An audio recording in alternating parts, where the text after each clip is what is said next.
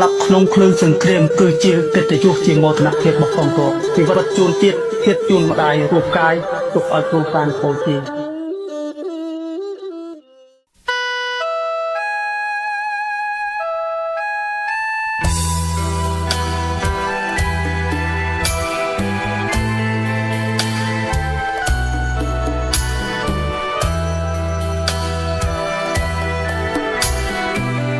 ជីវិតមិនទៀងក្រោមភ្លៀងភ្ជុំផ្គរប្រយុទ្ធផ្ដាច់ផ្ដោមិនដែលរាថយក្រុមសមរភូមិមុខមិនដែលគ្រោះឡើយក៏សពអង្ហើយរំសេវស្ងៀមឈឹង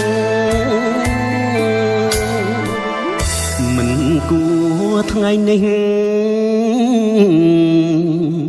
ប្រានឆេងជន់មីរូបកាយคล้ายជា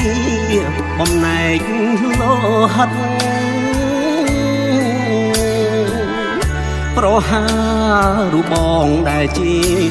យុទ្ធមិត្តអូនរំជួលចិត្តអាណិតបងណាស់សង្គ្រាមជាប់ហើយមិនដេចឡើយបងស្អីប្រយុទ្ធក្នុងព្រៃបានជ័យជំនះ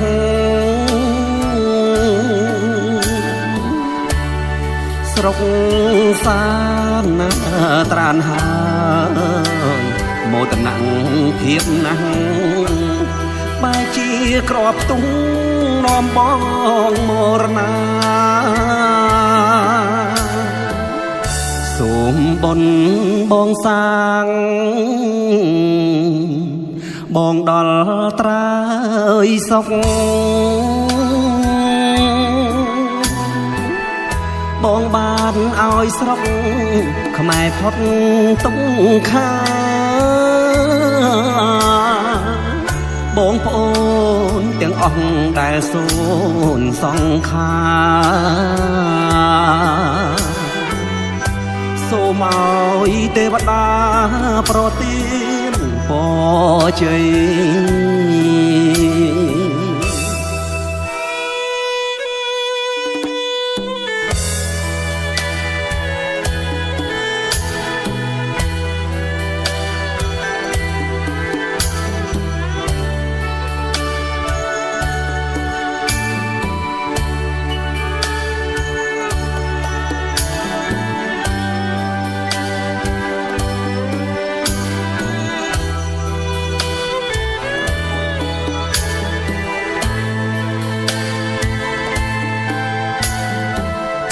សូមបុណ្យ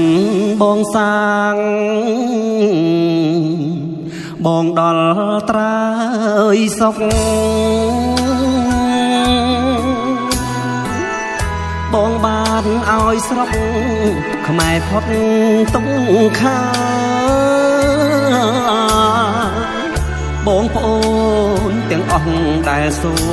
នសង្ខា